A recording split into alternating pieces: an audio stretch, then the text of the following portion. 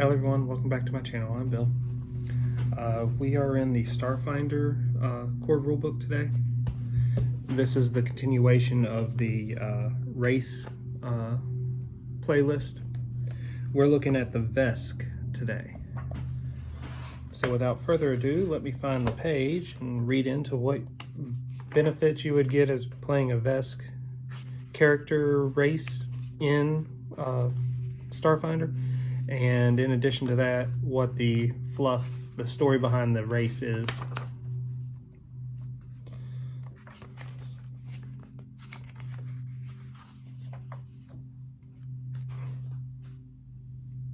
Okay, we're at the vesk.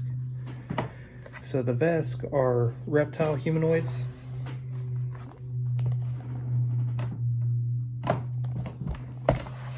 So you'll get a +2 strength, +2 con, -2 intelligence, and 6 hit points starting for this race. You get, the text goes heavily muscled and covered with thick scales and short, sharp thorns. The reptilian vesks are exactly as predatory and warlike as they appear. Originally hailing from a star system near the Pact Worlds, they sought to conquer and subdue their stellar neighbors, as they had all the other intelligent races in their own system, until an overwhelming threat forced them into a grudging alliance with the Pact Worlds for now. Size and type. Vesk are medium humanoids with the vesk subtype. Armor savant. Vesks use armor in a way that complements their uniquely sturdy physiology. When wearing armor, they gain a +1 racial bonus to AC. When they're wearing heavy armor, their armor check penalty is 1 less severe than normal. Fearless. A vesk receives a +2 racial bonus on saving throws against fear effects. Low light vision. Vesks can see in dim light as if it were normal light. For more details, see page 264. Natural weapons. Vesk are always considered armed. They can deal 1d3 lethal damage with unarmed strikes, and the attack doesn't count as archaic. Vesks gain a unique weapon specialization with their natural weapons at 3rd level, allowing them to add 1.5 times their character level to their damage rolls for their natural weapons, instead of just adding their character level as usual. Playing a vesk. You likely see most other races as weak or dishonorable and believe the vesk way is best. Relish the chance to prove your worth in combat, though only against worthy opponents. Have an ironclad sense of honor and propriety, and strive to always keep your word. Bond closely with proven comrades and surprise non-vesk friends with sudden outpourings of emotion in private. Other races probably find your size and bloodthirsty reputation intimidating. Assume you're ignorant of anything beyond combat. Depend on you in battle, yet fear and resent you for your empire's past conflicts and conquests. Mistake vesk etiquette and propriety for a lack of feeling. Now let's get into the fluff. Physical description. The lizard-like vesk stands close to 7 feet tall. They are thick with muscle and are covered in tough, scaly skin. Though they've long since adopted technological weapons, they retain their thick claws and teeth of natural predators and enjoy using them to intimidate softer races. In addition, they also have long, powerful tails. While these are primarily used for balance, some vesk martial arts incorporate formidable tail slaps. Small horn spikes dot the skulls of both sexes and protrude from their lower jaw in bony beards that sometimes extend down their spines to their tails. Female vesks are often larger than their male counterparts, and whereas males are various shades of green, females often have vibrant, mottled coloration that considered an indicator of both health and attractiveness. Homeworld. Vesk first arose on a single world around their sun, but quickly spread to others, turning potential competitor races, as the Vesk saw them, into vassals in the vast empire they call the Veskarium. Today, these other worlds officially no longer even have names, only numbers correlating to their distance from the sun, such as Vesk 6. The exception to this rule is Vesk's prime, Vesk's ancestral home, which remains the seat of their government and high society. Society and alignment. Vesk society is highly organized and militaristic, while merchants and others with peaceful professions can advance economically.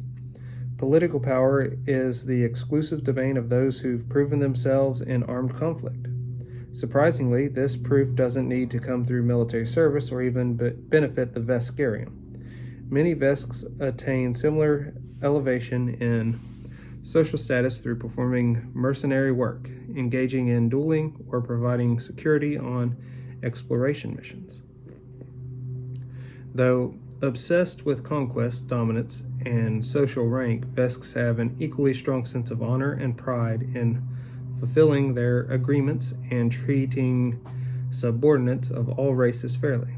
They are stoic and taciturn with strangers, but capable of great bursts of emotion in private or in the heat of battle. Vesk society tends to be efficient, respectful, and law-abiding,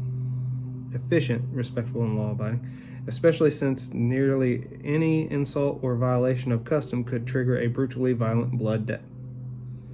Even outside of their home system, Vesks are most often lawful, though usually according to their own code of honor rather than that of whatever society they happen to be in. They tend towards a neutral morality, though individuals can easily skew good or evil. Relations. Vesk's love of military conquest and empire building originally led to significant skirmishes between their star system and the nearby Pact worlds, and the ensuing conflict, often called the Silent War, might have continued indefinitely had the swarm not attacked both systems simultaneously. Banding together for mutual defense, Vesk and Pact world cultures successfully fought off the swarm, forging a tentative peace in the process. Vesk respect honor, strength, and self-mastery, though their relations with the races of the Pact worlds remain strained due to the only barely averted war. They admire androids' dispassionate consistency, Gathasa's sense of honor, and the strength of Lashunta's in battle. However, they find Isoki weak and frivolous, and humans quick to break their agreements. Shirans perplex Vesks with their refusal to parlay their strengths, including their instinctive coordination in battle and willingness to die for their comrades into the Empire. Adventurers. Vesk adventuring with races from other systems fall into two categories. The first are mercenaries, or glory seekers, looking for a chance to engage in honorable combat and build up their prestige. The second are non-warrior Vesks who have rejected their home society for its obsession with combat and have chosen instead to seek opportunities among other open-minded races. Warrior Vesks most often fit the soldier class, though a growing number have become intrigued by the path of the Solarian. Non-combatant Vesks often lean towards becoming mystics, though some overcome the traditional Vesk culture's dismissal of education to become mechanics or even technomancers. Names.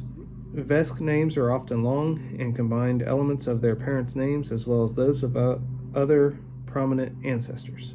These are frequently shortened for daily use by friends, though abridging a Vesk's name without permission is a grave insult.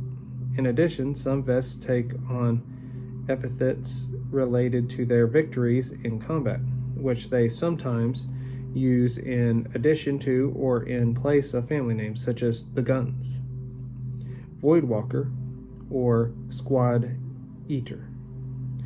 Some sample vesk names include Dimetrolin, Evdokeu, Goromitali, Julakesh, Katara, Obozaya, Radokama, Sarangari, Sobok, Terikorzaz, Emor O Hondi. Man, they pick some weird names to use for representation of a race. But that's cool. So that is the vesk. I would definitely play one. And it's very interesting in the fluff of how and what they've been up to and how they get along with everybody else. So the next video in the series after this is the Isoki, which is the mouse or rat people. And I'm looking forward to that because I always like playing a rat man in Pathfinder or D&D. It's always a fun race that I've enjoyed playing. Well, until we meet again.